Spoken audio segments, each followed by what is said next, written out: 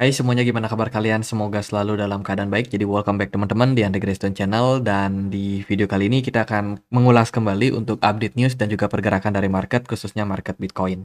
Teman-teman, di perdagangan kemarin kita dapat beberapa rilis data dari Inggris terkait dengan CPI and PPI. Overall trennya mengalami penurunan ya untuk dua data inflasi dari Inggris ini.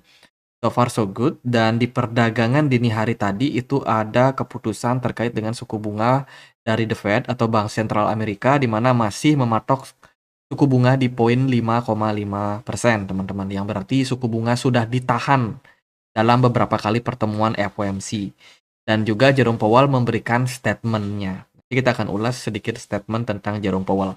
Dan di perdagangan hari ini akan lanjut, ada rilis beberapa data, salah satunya adalah voting terkait dengan kenaikan atau penurunan suku bunga yang akan dilakukan oleh Bank of England, bank sentralnya Inggris, teman-teman. Akan ada rate decision, kemudian juga akan rilis data terkait dengan continuing jobless claim, initial jobless claim dari Amerika Serikat. Ini malam hari. Kemudian ada rilis data juga terkait dengan lending index dan juga Fed Chair for Supervision Bar dari Fed akan speech ya. Ini mungkin akan memberikan pengaruh lagi terhadap pergerakan dari US dollar. Nah, teman-teman, sedikit aku kasih gambaran ya tentang sebenarnya kita ini melakukan analisa apa sih, kenapa kita harus tahu tentang data-data makroekonomi, dan apakah data-data makroekonomi mempengaruhi pergerakan market kripto. Jadi di pasar itu ada yang namanya intermarket analysis. Ya, ini merupakan sebuah analisa di mana kita itu mencari kaitan antara pasar satu dengan pasar yang lain. Jadi kalau teman-teman misalkan udah tidak asing sama istilah top down analysis, jadi intermarket analysis ini adalah analisa top down ya, yang mana kita melihat scoop dari market yang paling besar dulu, baru kita mengerucut ke market yang spesifik, which is crypto yang kita bahas, teman-teman. Jadi di dalam intermarket analysis ini adalah proses kita dalam menganalisis pasar, menguji korelasi antara aset kelas yang berbeda.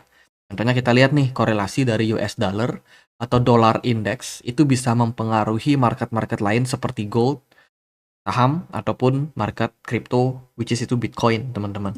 Dan kalau kita lihat sebenarnya ini bukan analisa yang baru. Sudah banyak investor-investor besar, bahkan hedge fund pun menggunakan analisa yang sama, di mana keputusan dari setiap bank sentral itu akan memberikan impact terhadap pola pikir masyarakat atau investor, kemana mereka akan alirkan uang mereka. Uang akan mengalir ke tempat yang menguntungkan. Itu adalah kata kuncinya, teman-teman. Jadi kalau teman-teman perhatikan, di market itu kan ada banyak ya aset kelas. Ada yang namanya real estate, teman-teman, atau perumahan. Ada juga money market atau pasar uang. Ada juga obligasi. Ada juga stok atau saham. Ada juga gold, komoditi, perak, dan lain sebagainya. Itu banyak banget. Kemudian juga ada market crypto. Jadi market crypto itu masih terbilang market yang kecil kalau kita compare sama market yang lain, dibandingkan dengan saham atau dibandingkan dengan money market. Itu market crypto masih sangat-sangat kecil. Otomatis kalau ada pergerakan nih dari money market, misalkan aliran dananya pindah ke Bitcoin, itu akan memberikan impact terhadap kenaikan yang luar biasa drastis pada Bitcoin. Contohnya kemarin ada ETF spot Bitcoin, yang mana itu kan adalah salah satu penyebab inflow, kenapa Bitcoin mendapatkan inflow yang besar dan memberikan efek signifikan terhadap market. Jadi itu kurang lebih gambaran poinnya, dan teman-teman bisa pelajari kok tentang intermarket analysis ini di banyak sekali platform, teman-teman. Jadi ini adalah sebuah analisa di mana kita menganalisa ekonomi makro. That's why kalau teman-teman baru lihat channel ini dan kita lihat bahas-bahas kayak kalender ekonomi ini, apa pentingnya? Ya menurut saya sangat-sangat berkorelasi. Oke, teman-teman, Jerome Powell kemarin ngomong apa ya? Jadi intinya adalah Jerome Powell kemarin itu punya harapan 3 penurunan suku bunga yang akan terjadi pada tahun ini. Jadi bisa dibilang ini merupakan poin yang sangat dovish dari The Fed. Aku kira sih, Jerome Powell bakalan hawkish lagi, karena lihat rilis data dari CPI and PPI dari Amerika Serikat yang ternyata inflasinya justru ada kenaikan tipis, ya itu takutnya bisa menyebabkan mereka ini, The Fed ini mengambil keputusan yang hawkish, tapi ternyata enggak, mereka justru dovish teman-teman. Dan ya kalau kita lihat dari isinya yang lain adalah saat ini mereka lagi melihat beberapa data yang menguntungkan teman-teman. Sebenarnya sih Jerome Powell tidak mau terang-terangan kapan mereka bakalan menurunkan suku bunga. Tapi mereka sudah memberikan indikasi bahwa 3 cut rates akan terjadi di tahun ini. Kapannya itu kita tidak tahu, karena mereka pun juga masih mencari-cari tanggal yang tepat ya, untuk melihat kapan kira-kira data ekonomi menunjukkan tren yang positif untuk cut rate, teman-teman. Jerome Powell juga melihat atau ingin melihat yang namanya terjadi keretakan pada perekonomian, teman-teman. Jadi harapan dari Jerome Powell adalah melihat sedikit krisis mungkin ya pada market, teman-teman. Kenapa demikian? Karena kalau krisis terjadi otomatis daya beli akan jauh turun. Daya beli jauh turun, inflasi bakalan anjlok. Tapi itu tidak dia lihat dari beberapa rilis data yang ada saat ini. Namun kita masih tetap harus waspada. Siapa tahu di masa depan atau di beberapa bulan ke depan kita dapat data terkait dengan wah bank ini mulai kolaps atau perusahaan properti ini mulai kolaps. Itu yang lagi ditunggu, teman-teman. Tapi so far sih sekarang masih fine-fine aja untuk narasi dan juga beritanya.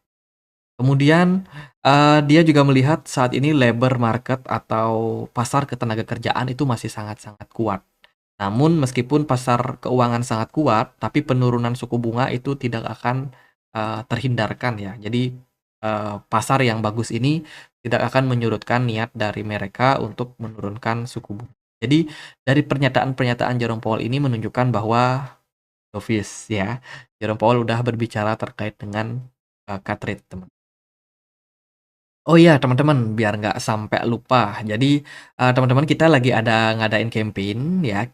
Saya sendiri Andre Greystone Community itu lagi ada kerjasama dengan CoinX akan membagikan sekitar 200 USDT kepada teman-teman yang selalu setia untuk nonton video kita. Jadi thank you banget untuk dukungan teman-teman.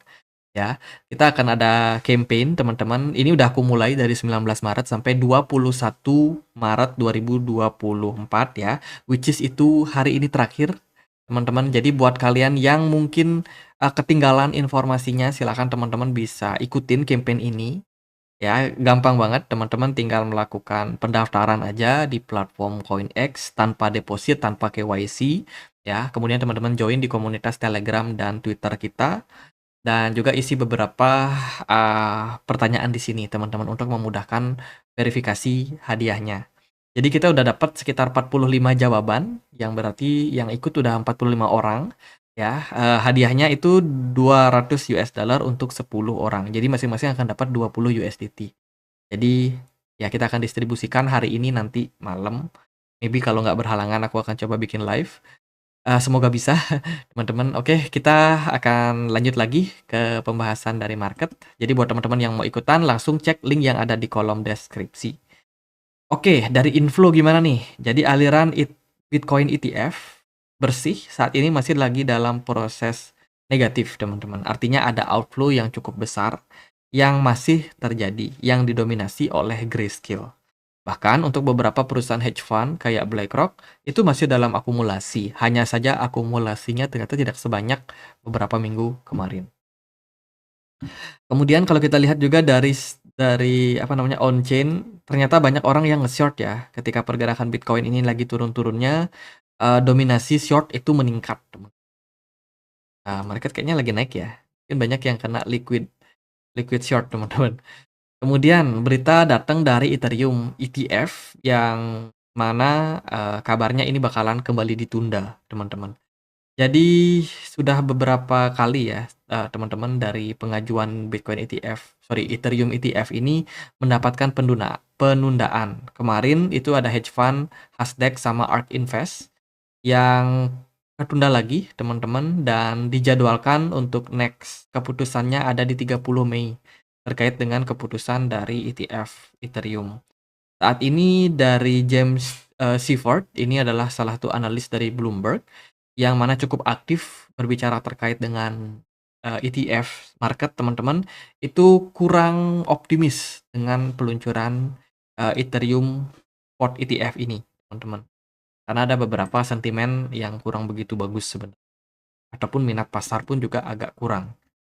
Kemudian berita kurang baik datang dari Ethereum. SEC dikabarkan sekarang sedang uh, mendorong ya untuk mengklasifikasikan Ethereum sebagai security atau sebagai keamanan. Jadi kembali, ini kasusnya mirip seperti XRP kemarin, teman-teman, di mana XRP sendiri dituduhkan sebagai sekuritas ya dan harus terdaftar di SEC. Ya, tapi ternyata kan kemarin dari Ripple sendiri udah menang ya, XRP udah menang. Jadi XRP dinyatakan bukan sekuritas. Dan dikabarkan juga akan ada peluncuran untuk cara baru dalam hal menentukan apakah sebuah aset kelas bisa disebut sekuritas atau tidak. Tapi sampai sekarang belum terjadi, teman-teman, ataupun peraturan tersebut belum disahkan. Jadi sekarang Ethereum yang kena kasus tersebut.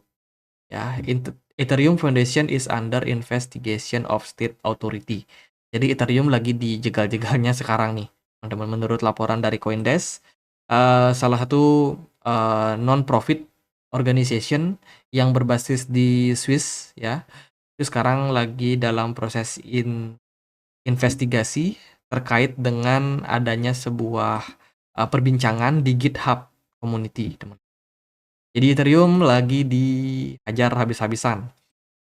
Kemarin juga ada berita terkait dengan Trezor. Ini salah satu hard wallet, teman-teman. Trezor itu dikabarkan kena hack ya, kena serangan gitu karena dibobol, teman-teman, oleh hacker. Ya, jadi ini berita yang kurang begitu bagus. Kemudian datang lagi dari Saudi Arabia, Arab Saudi, planning untuk menginvestasikan sekitar 40 miliar US dollar mempush artificial intelligence atau kecerdasan buatan. Saat ini negara Arab Saudi itu lagi membuka diri, teman-teman, disebabkan karena dari pemerintahan yang baru ya, itu melihat bahwa kita nggak bisa bergantung lagi sama minyak. Kita harus terbuka, pariwisata dibuka, kecanggihan teknologi dibuka ya, termasuk juga AI juga lagi-lagi berkembang di sana. Ini mungkin bisa menjadi naratif yang cukup positif untuk market kripto yang punya sentimen AI, teman-teman. Jadi bisa dicek-cek tuh, siapa tahu ada kolaborasi sama OpenAI ya, bisa jadi WLD yang kena impact. Nah, itu kan sebuah berita bagus, teman. Kemudian juga datang dari Argentina. Masyarakat Argentina sekarang lagi berjuang melawan inflasi. Bayangkan inflasi di Argentina sana itu bahkan mencapai 276%. Yang menunjukkan bahwa harga telur yang biasanya dijual Rp3.000 misalkan nih per butir ya, itu langsung bisa dijual sampai Rp9.000, Rp10.000. Kan gila, teman-teman. Disebabkan karena apa? Karena waktu COVID kemarin pemerintahannya cetak duit terus. Ya, dan akhirnya banyak masyarakat yang berpindah, teman-teman, menyimpan aset mereka ke Bitcoin sebagai salah satu alternatif mengamankan dana mereka dari gerusan inflasi. Lalu ada berita datang dari Avalanche, saat ini bekerja sama sama Alipay dan juga di Store. Ini tentu saja merupakan sebuah program yang bagus ya, di mana Avalanche sendiri mendapatkan lebih banyak fungsi di dunia nyata. Otomatis juga orang-orang juga bakalan lebih aware, teman-teman, sama Avalanche sendiri. Yang mana ini bisa menjadi salah satu adopsi yang lebih besar juga untuk Avalanche ke depan. Jadi itu beberapa news dan juga narasi yang ada pada market. Overall menurut saya juga cukup positif ya buat market Bitcoin. Lalu gimana nih kondisi dari market? Teman-teman, kemarin indeks dolar turun. Kenapa turun? Karena Jerome Powell dovish. Ya, indeks dolar yang turun itu bikin beberapa aset naik kayak gold. Kemarin ada sedikit kenaikan 0,6%. Lalu ada S&P 500 juga mengalami kenaikan. Bitcoin juga mengalami tren kenaikan 9%. Ya, jadi pergerakannya bisa dibilang terbilang bagus, teman-teman, dan saat ini pergerakan Bitcoin masih dalam proses korektif. Ya, kalau kita lihat dari scoop yang lebih kecil, kita lihat di time frame 4 jam, teman-teman. Pergerakan Bitcoin kemarin berhasil breakout dari pola descending channel, breakout dengan volume perdagangan yang bagus, kemudian ada pergerakan smart money yang bagus. Dari sini kita melihat ada indikasi pemulihan sementara untuk Bitcoin.